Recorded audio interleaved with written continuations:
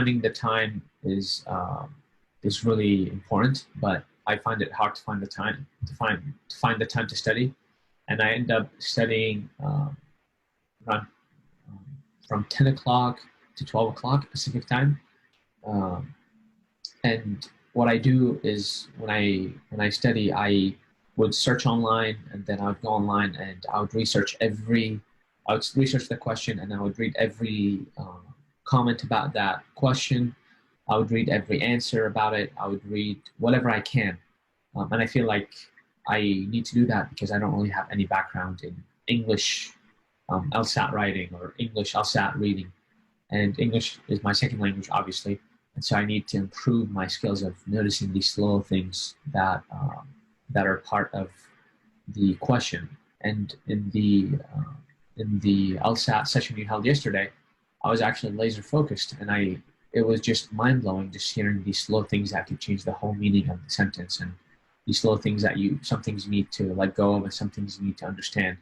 So to recap, my biggest issue is time waste and having comprehension of the problem that I'm reading. I hear what you're saying. So do you think it's possible that perfectionism plays a role in part of this? I wrote to myself, perfectionism is not a key. You just need to learn how to sprint. But then I went back a few days later and I said, you need to learn how to walk first. And every time I go back to that thing I know on my timekeeper sheet, I always tell myself, well, I need to understand it so I can do it better. And I agree with you, perfectionism is an enemy in this case, but it's just, I don't want to sprint past this like I didn't learn anything. And the reason I also share that, and this might be a bit personal, but I'm willing to share it with everyone out there in case anyone is coming across these issues. I used to have PTSD, and now I have ADHD and I have ADD, and I'm recovering and I'm learning a lot. And sometimes when I'm reading, my eyes start to hurt. I see things bubble. I have a lot of pain when it comes to studying. And so I'm not sure if I know perfectionism is an enemy, but I'm not sure how I would to avoid the enemy in this case. I would love your coaching on it. Sure. Well, here's a great question. And it raises something for me because I went the perfectionism route first because that was the easier, more obvious route to take because I sensed that you were calling that out in yourself too. But let's look at the other end of it. How could that relentless drive to thoroughly understand a problem and look up every resource and every explanation and every word and phrase that might make an impact, how could that help your LSAT journey? I feel that I need to do that in order for me to understand the problem, and in case it's thrown at me in a certain way, or as they say in baseball, someone throws a curveball, you really know where it's going to go or where it's going to end up, and you just hit it right out of the park. I honestly think you're the LSAT guru, obviously, and I don't think I know what I'm talking about, and I think I'm reading and researching every answer and every post out there just so I could have more information that would make the process of understanding every question easier. So when I encounter this question again, it's easier for me because I've already seen other techniques. I've already learned what people have to say about it. But yeah. Well, I sense that you're incredibly motivated. Not everybody is going to relentlessly look that deep to thoroughly understand a question. So then my question is, you've got the motivation, but you also talked about earlier about fitting in the time. Yes. So, yes. So what exactly is the issue? I can guess at it, but I'd rather you share. I think obviously being professional in today's world and finding the time to study is challenging, I would say. I have a big foster family, and we tend to be involved socially. But beside that, finding the time is just the most difficult part because I work sometimes late, and I wake up early morning, and I still want to work out. I still want to have some food. I still want to spend time with the family. And really finding the time to study the LSAT when every time you go back in, you have to spend, and I kid you not, you have to spend over 40 minutes on a question. And then you look at the clock and like, oh my God, it's 12 o'clock and I just seen 2 questions. It's disappointing, but for me, what I've been doing is just telling myself you gotta learn how to walk for a sprint. And I don't really look at how many questions I've done. I just look at the research. But obviously you have a better idea. And I did read your post about when you started to study and you studied everything out there and how much of time waste that was. But I never really comprehended what's the better outcome and how I can go about doing the better outcome. Well, thank you for sharing that. So we could talk about scheduling tactics, and I've got plenty on that. As you know, I have study plans and I break it down day by day. I even break down within a day, breakfast, study, lunch, study, socialize. Maybe not socialize in person too much these days, but the idea is that you have some personal time as well to take care of whenever you need. So I've covered all that already. All that's pretty general. And to be frank, it's not that exciting. That could apply to GMAT prep or GRE prep, or really writing a novel if you want. Just breaking it down to manageable chunks. I do it for the LSAT because that's my niche. What I find more interesting here as a focus is you say, okay, so you carve out some time. You might carve out 40 minutes here, an hour there. Maybe you wake up at 4:30 a.m. instead of 5:30 a.m. Or maybe it's 8 a.m. instead of 9 a.m. Or you stay up later. Or you say no to that one social engagement and instead you study. You could do all of that. The question is, when you've got those 40 minutes or those 60 minutes, do you feel you're using them productively? You're saying 2 problems in 40 minutes, 20 minutes reviewing a single problem. Is that worth it? To me, that seems to be the key question here. So minor correction, 40 minutes on one problem. Okay, even better, even better. 40 minutes on one problem. Yeah, which is just, sometimes to me, it's just mind boggling. But I guess I'm stuck. I don't know what's the better way to study, and saying, is it effective? I read everything. And as I say it, I sigh because it is long. 40 minutes on one problem, it does get overwhelming. I spent 40 minutes on a problem, and when you look at the clock, it is frustrating. Is it productive? I'm not sure. Honestly, I don't know. But I end up basically reading everything, learning about the different things that every tutor has to say, or every person out there has to say about this particular problem. And then when I go back to it, it basically in my head okays the time that I'm spending on it. Now, honestly, I'm not sure if it's okay. I'm not sure if there's a better way. I assume there is a better way. I just don't know how to get there yet. I don't think it's productive, to answer your question, because if I were to continue on that rate, then I'll probably need 3 years to really finish with the LSAT. And that's just not doable. Let me ask for one clarification here. When you say one problem, do you mean a game with maybe 5 or 6 questions, or you mean one specific question out of a set of 25 or so? One specific question out of 25 or so. Okay. So that's deep analysis, and you're getting from multiple sources. Yeah. And some of them will say the same things. Some might say slightly different things, and you could pick up different things from each one and make your own understanding out of that. Yeah. Are you doing this for every problem that you complete, or only the ones that give you trouble, or only the ones that you get wrong? So I first took an LSAT class when I graduated college, but that class was not productive, and I ended up having to go through some issues personally, and I didn't really find that class to be helpful at all. But after finishing that class, now what I start to do is I just do my own research, because I feel like I don't need to do any more oratory or any more presentation. I just need to focus on really spending the time honing my skills. So when I read the question, I would tie down, or I would lock down the 2 possible answers that could be the answer. And then I would research the question, and then I would see which answer choice is the right answer. But even after getting the right answer, which I know it was the right answer, or maybe I didn't, I still go back and see why the other answer is the wrong answer. Just so next time I encounter this question, I know what kind of, again, curveball they would throw at me. And that's how I've been doing it. So not just really understanding the question, but understanding the different answer choices that are given. Honestly, to me, that kind of analysis doesn't sound like a problem. To me, I wish more students would do that. But it's a problem if you feel like it's a problem.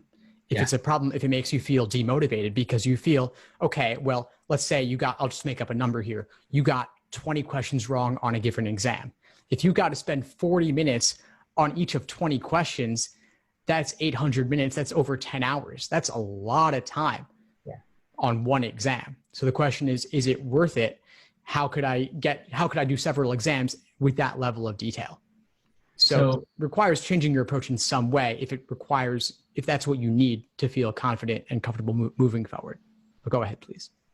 Yeah, honestly, I think that's a valid conclusion what you said. And the reason I say that is because I tried during my lunch hour, I tried to do 2 problems, 3 problems, but then because work's so stressful, I end up doing nothing. It's just impossible to really deep dive into one problem and understand it.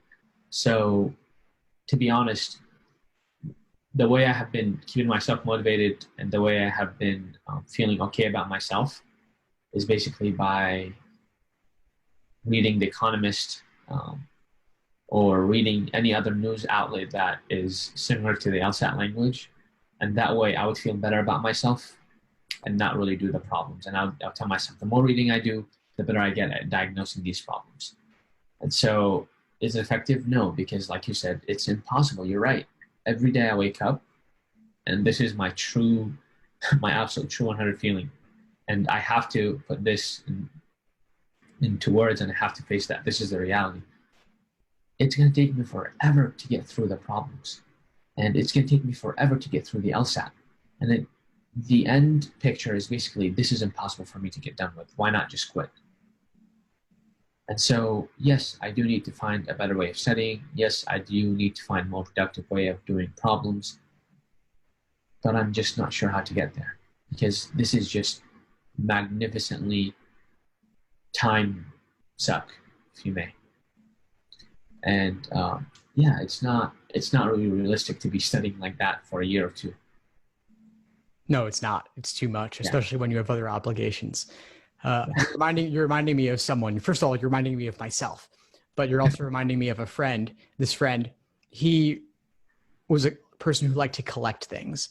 And I think many of us have have that impulse to collect things or to be comprehensive in nature regarding our understanding of something. So it's not just that you want to do 1 or you want to do 5, you want all of them. So this friend, he's the kind of person where he looks up the top 100 movies of all time, and then he has to download all of them and watch all of them and properly tag all the file names and everything and look up all the details on the IMDb and those websites and learn everything he can. To me, that's collecting. And it could be for something that's totally useless, or it could be for something like the LSAT where there's a theoretical justification for that, where there's 89 numbered exams, there's a handful of unnumbered exams. Let me look up all of them and get all of them and do all of them and understand all of them.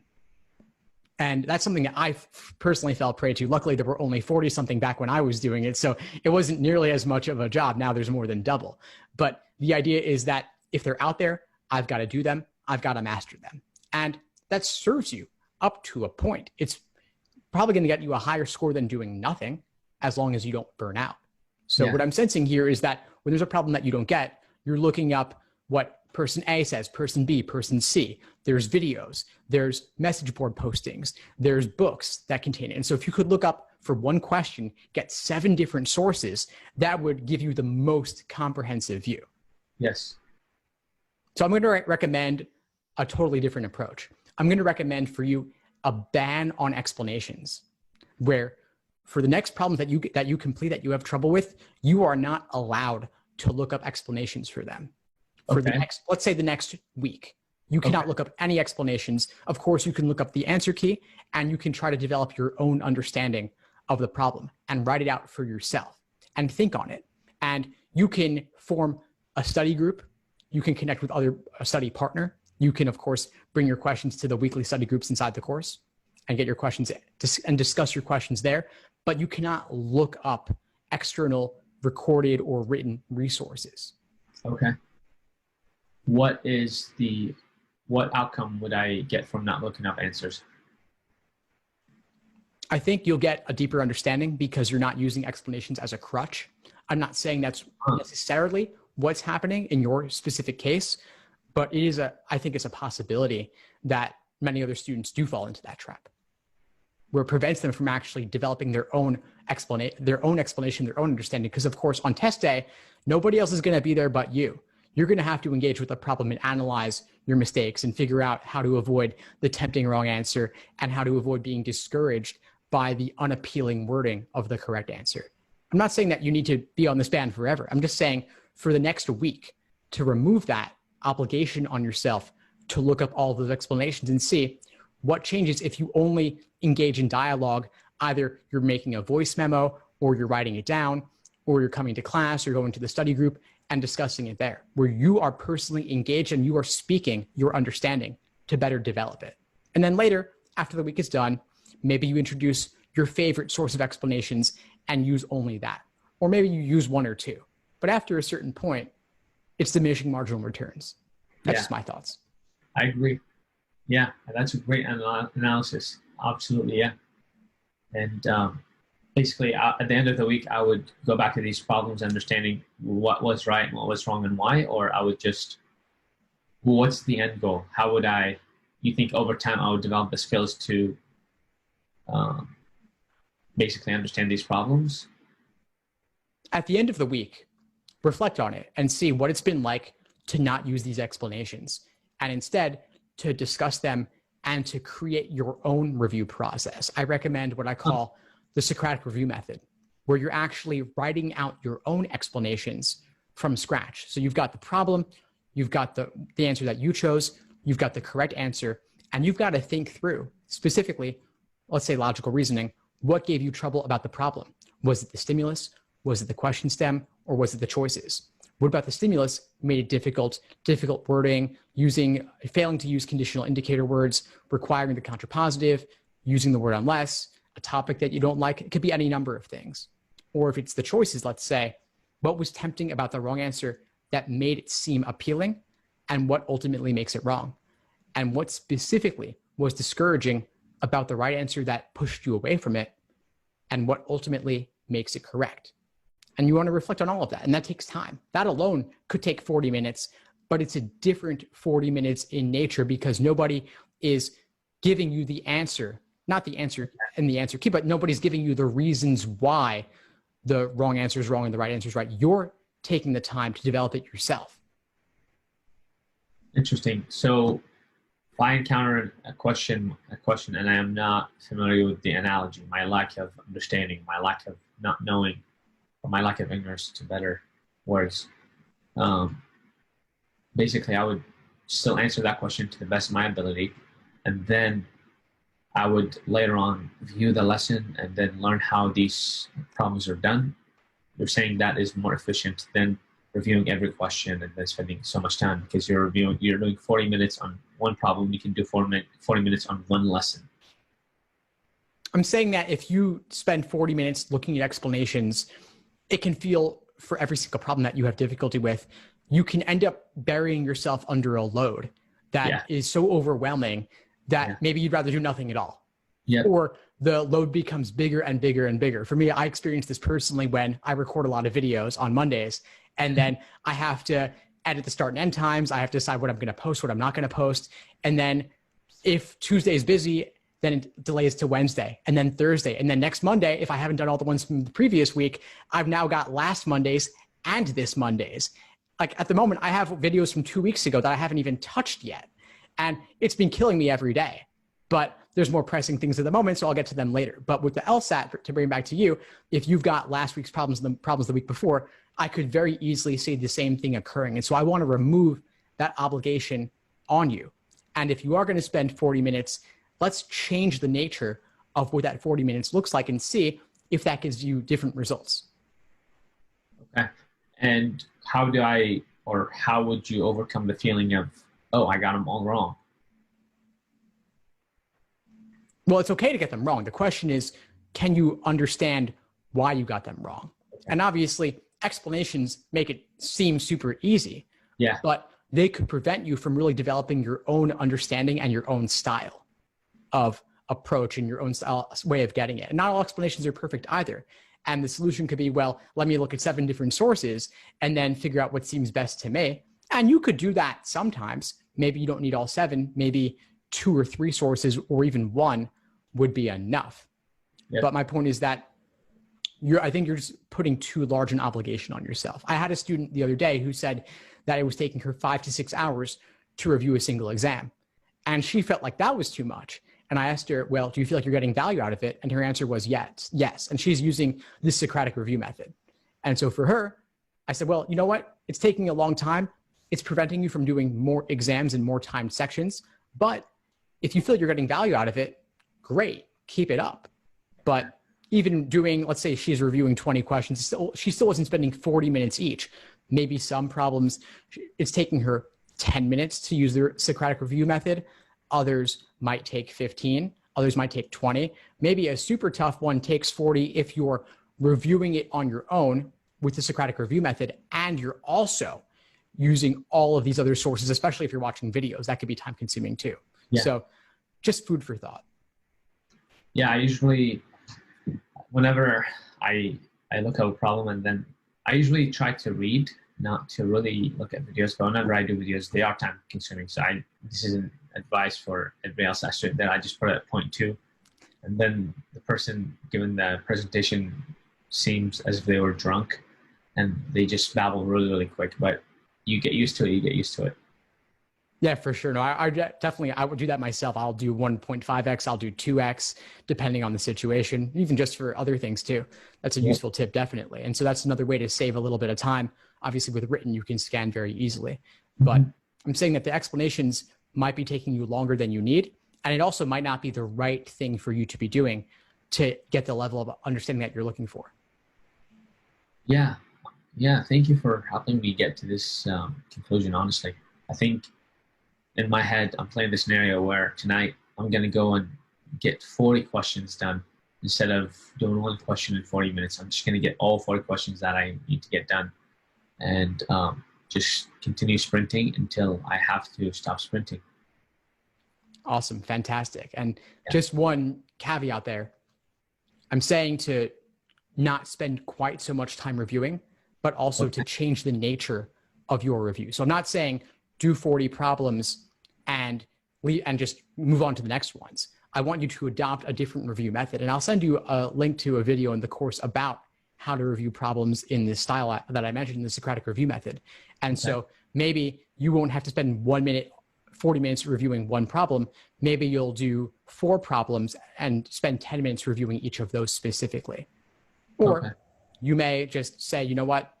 I don't need to be doing more problems at all. Maybe I need to work on foundational stuff too. Maybe there's theory to be learning as well.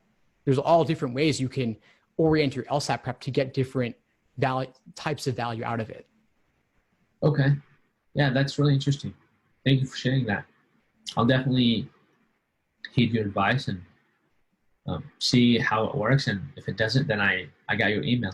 I'll immediately email you. Definitely, Nor, of course. Before we sign off, what would you say is the biggest insight you got from our call today? I think it's really important to slow down. And I am not a hoarder. I am not a person that likes to collect things, but I guess it's from my background as well. I've always felt undervalued, or I've always had, forget the name of the bias, but it's where you just feel like you have to understand everything out there to not really be in the back of the class, so you can sit in the front of the class. And just going with you about my study method, yes, you are absolutely right. You helped me basically come to that conclusion where this is the reality. You will not be able to continue to stay motivated and to continue to stay productive if you're spending this much time on these problems. And basically breaking it down into why being a perfectionist may be a perfectionist, or why being a person who likes to collect all this knowledge may not be the best thing to do, because even that knowledge itself may not be the best knowledge. your way of basically slowing it down a bit and going through the problems. And at the end of the set, you can go back and see what problems you didn't understand. And these problems that you didn't understand, spending some time on them, but not that much of time, helps you in the first roll when you go over all the problems, helps you build the skills to tackle other problems in the future, and gives you enough confidence to know that you don't need to research every question you don't understand for 40 minutes or more. That's okay to not understand a question. You can go back to it later. But for now, you need to learn how to build these skills. You need to learn how to really evaluate your thinking when you're going through problems, because sometimes it can get to your head, oh, I can't do this, oh, I don't understand it. But it's okay to not understand it, and it's okay to not know it. This is why you're doing it, to understand it, to develop these skills so you can be more productive, so you can be more understanding of these problems. I think that's really helpful to know, and to know that it's okay to not know something. For me, it's not okay to not know something. I need to know everything about that thing that I don't know, which is, you're right, it's not the most time efficient or the most productive study style. And you basically put it in words where slow it down, go through the problems, develop the skills on your own, and then when you don't understand a question, go back to it and see why you got it wrong. And just knowing from a guru like yourself that not every explanation out there is the best explanation, that's very helpful to know, because I might even be, again, not the best advice. And that could even send me back further. And it can hurt the study. It can hurt my habit of trying to learn or trying to gain more knowledge or information about a certain topic. Awesome, Noor. I'm really glad to hear it was helpful. Please keep in touch. And of course, I'll see you in class soon. Yep. Thank you so much, Steve. And thank you so much for doing these great sessions for the LSAT community, and for offering great scholarships, and for always staying up to date. We appreciate you. And we enjoy your emails. Thanks. Thanks for tuning into the show. Please subscribe if you haven't done so already to be notified of new episodes as I release them. And feel free to reach out if you need anything at all as you move forward with your prep. I'm happy to help however I can. In the meantime, I'll wish you all the best and take care.